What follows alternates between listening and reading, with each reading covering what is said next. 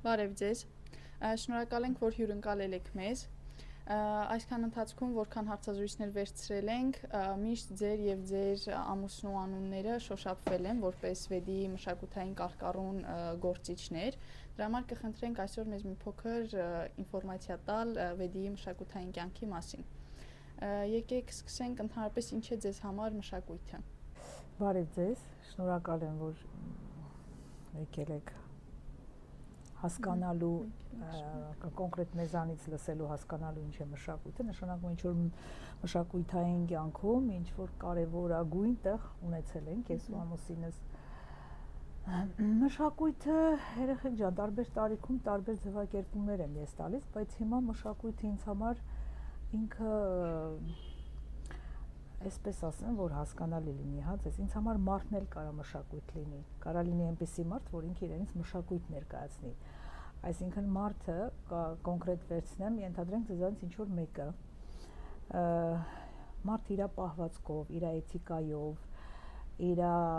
ապրելակերպով, կարա իրանից մշակույթ ներկայացնի, այդ շատ կարևոր է, օրինակ ինձ համար տենց մշակույթային, ես ինձ տարանջատել եմ, կան մշակույթային մարդիկ, ովքեր իմ գլխում որպես մշակույթ են, քայլող մշակույթ,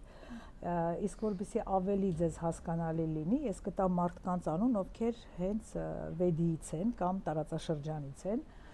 օրինակ ինձ համար մշակույթ է, մշակույթային մարդ է, իրենից մշակույթ ներկայացնող մարդ է, այսպես ասեմ, շատ ավելի հասկանալի կլինի։ Ես չգիտեմ, դուք ճանաչել եք կամ չեք ճանաչել, Օրբելին գիտեք, Խաչատրյան, Օրբելի հայրը, ինքը իրենից ինձ համար մշակույթ ներկայացնող մարդ էր, Սիմակը, եթե հիշում եք Սիմակին, երջանկահիշատակ, ինքը նկարչության դպրոց կար վեդիում, տնօրեններ ինքը, հիմա չկա ինքը, բայց ամեն դեպքում ինքը ինձ համար քայլող մշակույթ էր, Միշիկյան Եղիշե կար, դուք Միշիկյաններ կային Գոռավանում, Միշիկյան Եղիշե կար, ինքն էլ էր ինձ համար մշակույթ, հետո ինքը գիրք ունի, խորհուրդ կտամ կարդաք իր գիրքը, որ շատ բան կտա ձեզ։ Գիտեք, ես ինչ եմ ասում քայլող մշակույթ, մարդը պետքա, միգուցե այս տարիքում եմ ես այդպես մտածում, մարդը պետքա ինքն իրենով, իրենից, ոնց ասեմ, իր էթիկան, իր էսթետիկան, իր ամեն ինչը պետքա շատ մշակույթ է, որ դու նայես հասկանաս, այս մարդը մշակույթ է, ինքն իրենով մշակույթ է ներկայացնում։ Իսկ ընդհանրապես, եթե գլոբալ ասեմ, ինչ վերաբերում է մշակույթին, ես մշակույթը այսպես եմ հասկանում տարածաշրջանում, փոքրիկ քաղաքներում, մեր կոնկրետ վեդիում, մշակույթը տեղում դու պետքա ինչ-որ բան ստեղծես, դա պետքա լինի քոնը, որ դու դա ներկայացնես որպես նոր, որ դու դրանով դաստիարակես նաև քո ժողովրդին, այսինքն այնպիսի միջոցառում պետքա լինի, այնպիսի համերգ պետքա լինի, եթե գլոբալ ասեմ մշակույթի մասին, օրինակ ես ձեզ մի գաղտնիք ասեմ, 90-ականներին շատ ավելի մշակույթը տարածաշրջաններում, տեղերում շատ ավելի բարձր մակարդակի էր, որտեղ այդ տարիները միշտ համարվել են էնտուզիաստների տարիներ, այսինքն այն ժամանակ չկար այդ տեխնիկան, չկար այդ հնարավորությունները, բայց կար էնտուզիազմ ու մարդիկ մշակույթի հենց մարդիկ, ովքեր մշակույթի տանն էին աշխատում, կամ չէին էլ աշխատում, կարևոր չի, եթե քո մեջ կար մշակույթ, դու ինչ-որ բան էիր ուզում ներկայացնել, այդ տարիներին դու չէիր նայում, դու մշակույթի տան աշխատող ես, թե չէ, դու անում էիր ամեն ինչ, որ ցույց տաս, որ ինչ ունես տաս, մտածում էիր, ֆանտազիատ ավելի լավ էր աշխատում, այսինքն այն ինչ որ այսօր անում է տեխնիկան, այն ժամանակ անում էր գլուխդ, ու այն ժամանակ այդ մութ տարիներին, մութ սենյակներում գրվում էին սցենարներ, գրվում էին ինչ-որ հետաքրքիր միջոցառման ծրագրեր, արվում էր փառատոն ու անում էր դա մեր պետի քաղաքի մշակույթը, իդեմս ինձ Արթուր Ստամբոլցյանի այն ժամանակ շատ կային Տիգրանը կար, Օրբելը, Սիսակը, Մարտին կար Միրզոյան, ունեինք ստուդիա, այդ ամեն ինչ արվում էր այն ժամանակ, իսկ հիմա մի տեսակ գիտեք ինչն է փոխվել, չնայած ինձ համար ես նշանակություն հիմա չեմ տալիս, ովքեր որ այդ ոլորտում են հիմա, իրանք թող մտածեն, հիմա եթե անում ես ինչ-որ մի միջոցառում, դու կանչում ես ինչ-որ խումբ, գալիս է, երգում է, ստանում է իր գումարը, գնում է։ Դա էլ է նորմալ մշակույթի մեջ, բայց ավելի հետաքրքիր է, որ քո տեղական խումբն է դա երգում։ Մենք ունենք տեղական բարեխումբ, շատ հրաշալի բարեխումբ է, բայց մենք ունեցել ենք 2000-ականներին, 2010-ական մենք ունեցել ենք աղջիկների խումբ, որ ղեկավարել է Արտուրը Ստամբոլցյան, որ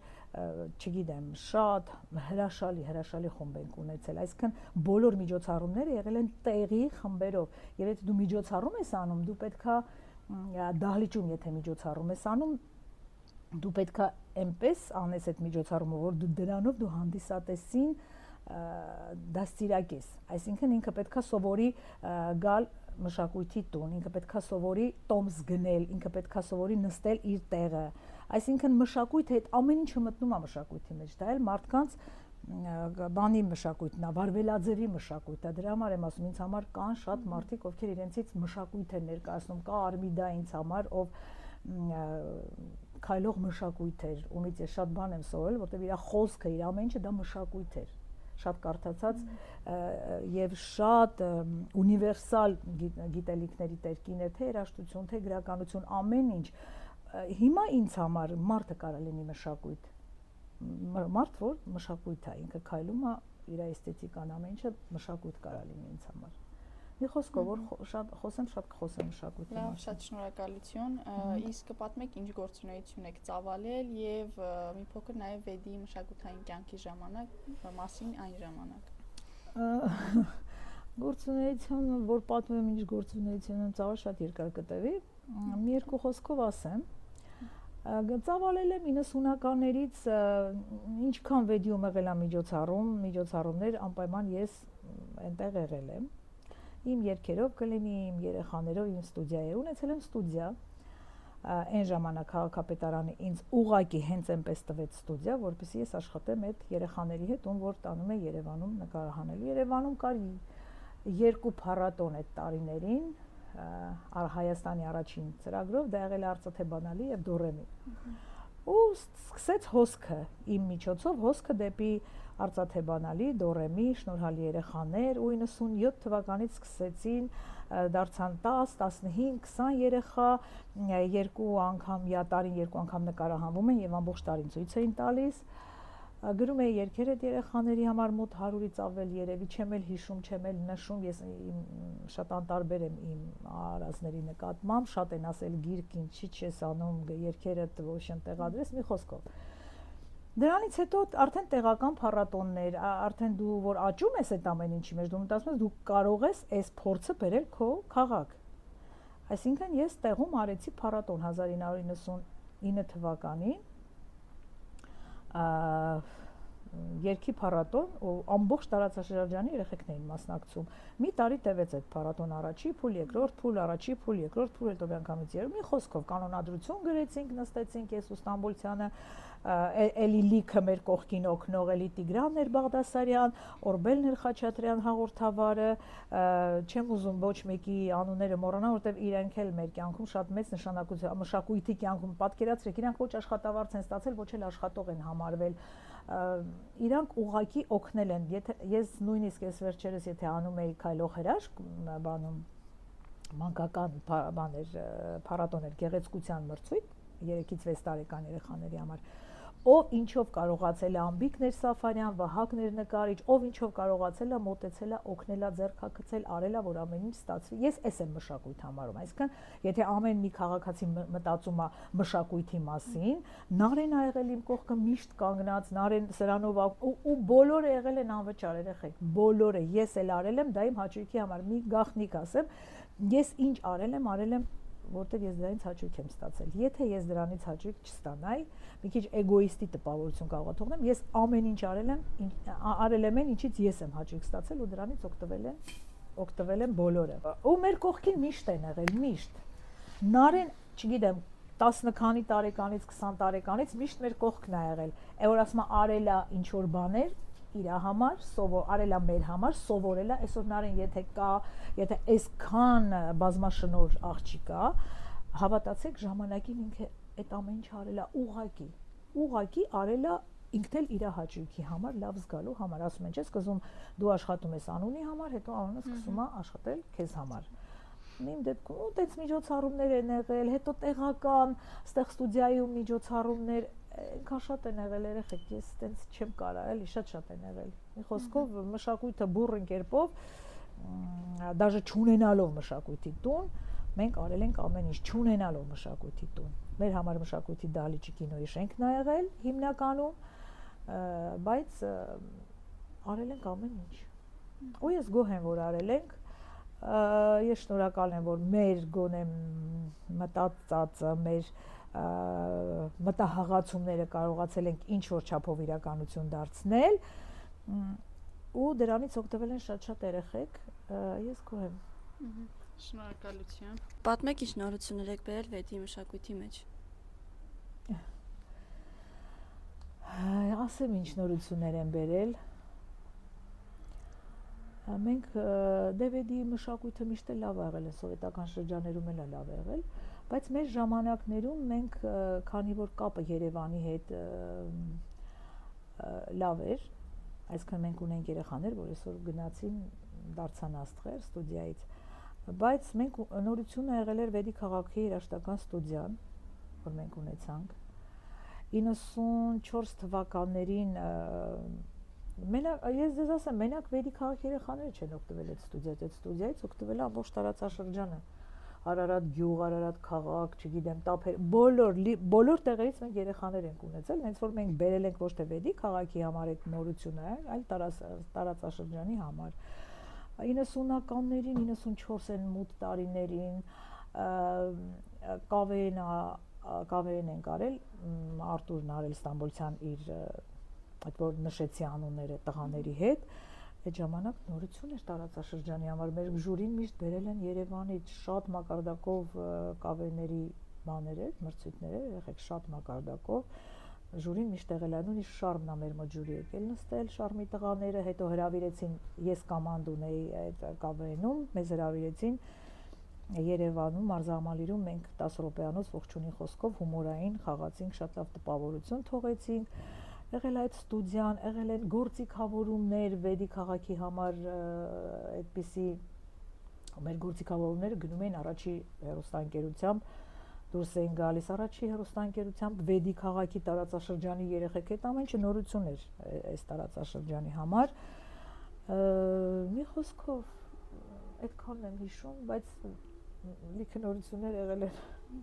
Դուք գրել եք Վեդի երգը, որը մինչև այսօր պահպանվում է։ Ինչ զգացողություններ եք ունեցել երգը գրելուց։ Ասեմ, Վեդի քաղաքի երգը ես առանց բառերի սկզբում կրկներգը գրեցի ստուդիայում։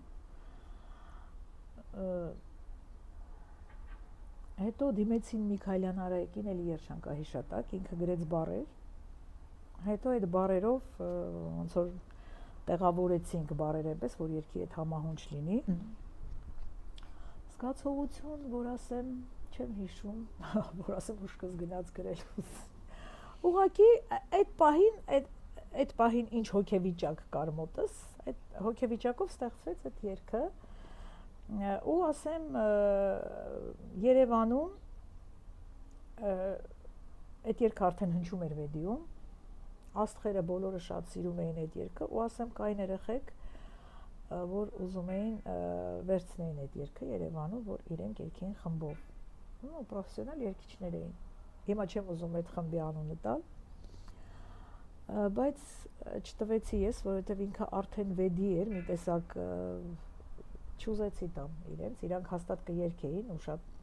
սիրուն ձայնային բաներով կդնեին այնտեղ առանձին բեք վոկալով սիրուն բաներ կսարքեն, բայց ես ինքս չուզեցի տալ, որտեղ արդեն գրել է, արդեն ինքը Վեդի էր կոչվում եւ հնչում էր արդեն շատ տեղերում։ Մենք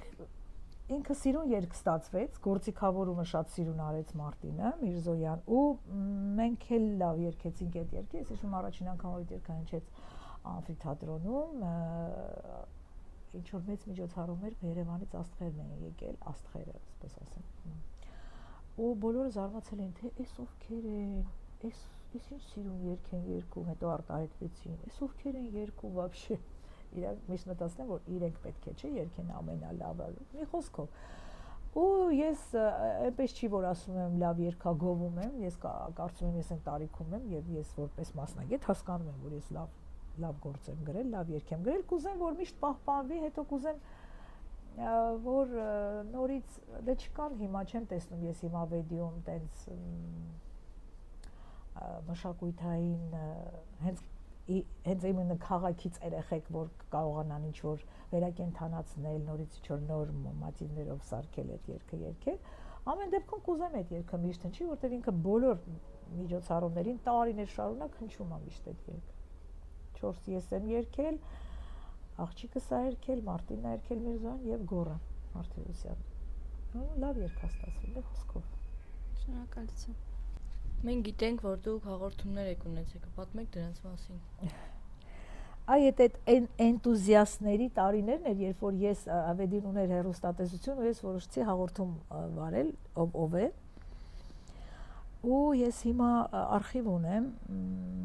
կան մարդիկ, որ էլ չկան, բայց ես իրենց հետ հաղորդում եմ վարել, ով է շատ հետաքրքիր հաղորդում էր ու պատկերացնեք ես ինչ է հիշեցի այդ հաղորդման։ Դե թվականներին չկար տես տեխնիկա բան, Մուշեղը, մեր օպերատորը, որ միշտ ինքն էր նկարում, Խալղացյան, մենք նկարելուց հետո գնում ենք նկարելու անվճար։ Դա մեր, ոնց են ասում, մեր հաճույքի, մեր ինքնաարտահայտման, կոնկրետ իմ ինքնաարտահայտման մի ձև էր, որ ես հասկանում էի, որ ես սա էլ կարող եմ, նա էլ կարող եմ, նա էլ կարող եմ, սենց ինքնաարտահայտվում էի։ Ու մենք այդ մոնտաժները անում ենք Մուշեղենց տանը, պատկերացնում եք, Մուշեղը կոմպյուտեր չկար, Մուշեղը կամերան դնում էր, գնում էին նկարները, ֆոտոները սև ու սպիտակ, ումը որ հարցազրույց էին կարել, հետո պետք է այդ ֆոտոների վրա ես խոսեի, դե տեքստերը ես էի գրում, ես պետք է խոսեի, Մուշեղը չեմ հիշում, 7 երեխա ուներ, թե 8 երեխա էր, չեմ հիշում, մանր այդ ժամանակ երեխեքը մի սենյակ ձմեռ, մի սենյակում էին տաքանում, ինչպես բոլորը, այնպես չի որ մենակ Մուշեղենք էին այտենց, ու բոլոր այդ մի սենյակում, հիմա ոնց պետքա ճանճի տզոց չլինի, որ ես այդ կադրի վրա, որ գնում է երաժշտություն, ես պետքա ասենց կամերայի բան միկրոֆոնի մոտ տեքստերս կարդամ կադրերի վրա, ում որ նկարահանել եմ, իր նկարներն ա գնում, ես պետքա տեքստը կարդամ այսենց կամերայի միկրոֆոնի մոտ ու ճանճի տզոց չպետքա լինի, հանգարց երեխեքից մեկը մի հատ շարժվում էր, Մուշեղը գոռում էր այդ խեղճ երեխեքը սրտին հոդուրս չէին գնա, այ տենց ենք այլ այդ հաղորդումը, տենց ենք նկարահանել, գնում էինք, նկարահանում էինք, զրուցում էինք, հետո գալիս էինք Մուշեղենստանը մոնտաժելու այդ պայմաններում։ Մի խոսքով, այն ժամանակ ինձ շատ հաճելի էր այդ ամեն ինչը, հիմա էլ փորձեցի հաղորդում անել, մեր ժամանակ ուրիշ էր, բայց օպերատորը գնաց, հետո գիտեք ինչ, հիմա մի տեսակ էլի եմ ուզում շարունակեմ, Նարեն ճիշտ է ասում, Նարեի հետ, Նարենից մի քիչ բան է տալիս, դուխ է տալիս, որ շարունակենք, էլի եմ ուզում շարունակեմ, բայց չգիտեմ երբ կլինի, բայց շատ եմ ուզում շարունակեմ, ինքը լավ հաղորդում է, որտև այս ժամանակվա մտածելակերպը ես ուզում եմ լսեմ այս ժամանակի երեխեքը, ու Նարենք 90-ականների սերունդը, 90-ականներին ծնված երեխեքը իրանք էլ իրենց ներսում ունեին այդ էնտուզիաստը, ինչի հիշեցի, որովհետև Նարենք այն ժամանակ հավաքվում էին Անուշիկ, Այնազյան, Նարեն, Նելին, այնտեղ Սուսիկ ունեինք, դուք պետքա տեսնեիք ինչ ոգևորությամբ էին, ինչ կոմանդա էր հավաքվել, ինչ ոգևորությամբ էին այդ երգում, ես գյուղում էին, երգում էին գյուղ, ամեն անգամ իրանք մի բան վերցնում էին, հասկանում եք, ամեն անգամ մի բան սովորում էին, մի բան վերցնում էին, ու չգիտեմ, այդ երեխեքի մեջ էլ կար, այդ թվերի ծնված երեխեքի մեջ էլ կար այդ բան, ոնց ասեմ, էնտուզիազմը կար այդ երեխեքի մեջ, ու տենց մի խոսքով բոլորը սենց միացան, մի հատ փունջ եղավ,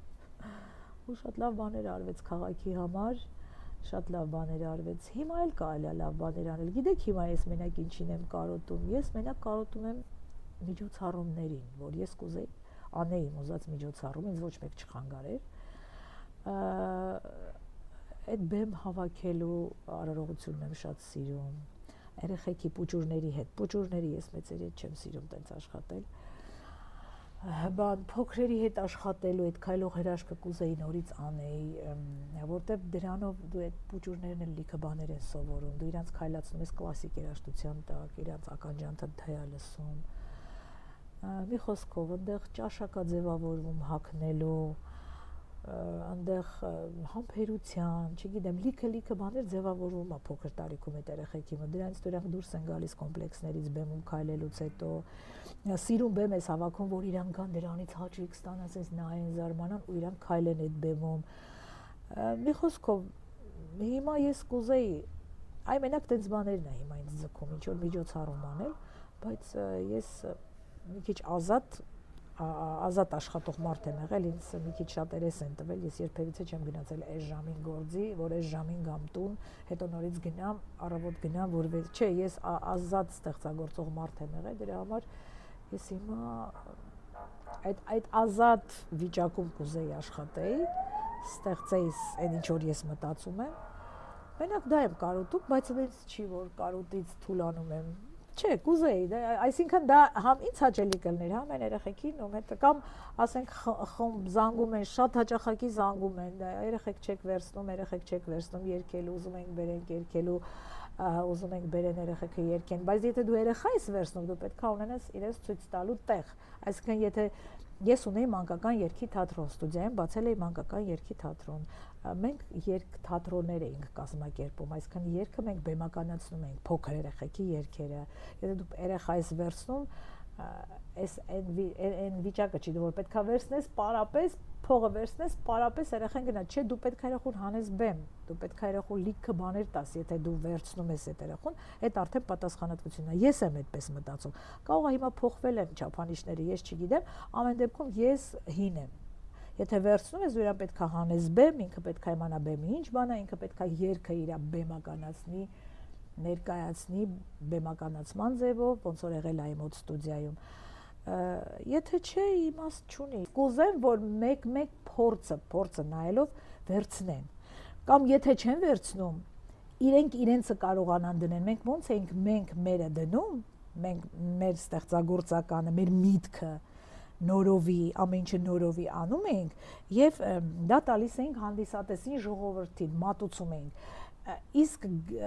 անել այն ինչ որ արդեն արված է, ծամծմված է եւ արդեն չի լսվում, դա պետք չի անել, պետք է ստեղծագործական միտքը շատ բարձր լինի, ով աշխատում է մշակույթում։ Այ մշակույթը այն է, որ դու քո մշակույթը բերես այդ մշակույթի տուն, դու քո մշակույթը մտցնես, դու ինքդ մշակույթ լինես, եթե մշակույթի տան աշխատող ես, քո ամեն ինչը պետք է մշակույթային լինի, դու քեզանից պետք է, եթե դու աշխատում ես մշակույթի միջավայրում, դու ինքդ պետք է ասես նայեն, հասկանա, որ դու մշակույթի մարդ ես։ Դրա համար պարտադիր չի, ես ասում մարդիկ կան, ովքեր մշակույթի տանը չեն աշխատել, բայց իրենք ինձ համար քայլող մշակույթ են եղել։ Ուղղակի քայլող մշակույթ։ Ես եթե տեսնում եմ Սիմակը գալիս է, ինքը ինձ համար մշակույթ էր քայլող։ Ես եթե տեսնում էի գալիս է, դուք չգիտեմ Ավիկյաններին ճանաչում եք, թե չէ։ Ավիկյան Սիլվա Կարինքը պիոներ տուն էր այն ժամանակ, այնտեղ աշխատում էր որպես տնօրեն, մինչև այդ աշխատել էր Վանաշենի դպրոցում։ Այդ կինը մանկավարժ էր իր բնույթով, այդ կինը քայլող մշակույթ էր։ Իսկ ինչպես է ստեղծվել Վեդիի հիմնը։ Վեդիի հիմնը շատ հետաքրքիր պատմություն ունի։ Բարսեղյան Արուժի ժամանակ որոշվեց, որ պետքա Վեդիի համար գրվի հիմն։ Վենա երգն էր Վեդիի մասին, երգներ մարդիկ կային գիտեին թավերը։ Մինչև հիմա ասում են Վեդիի հիմնը, դա, բայց Վեդիի հիմնը չէր նա որ գրել է դա, Վեդիի մասին երգ էր։ Երգ նվիրված Վեդի քաղաքին։ Հետո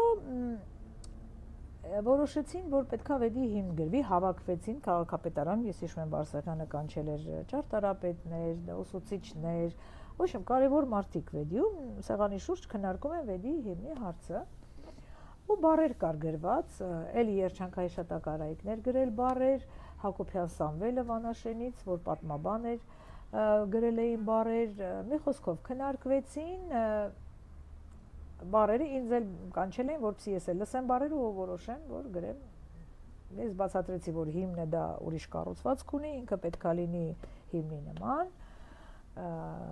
ռիթմը։ Ու Անցավ, կարծեմ Արայիկի բառերը շատ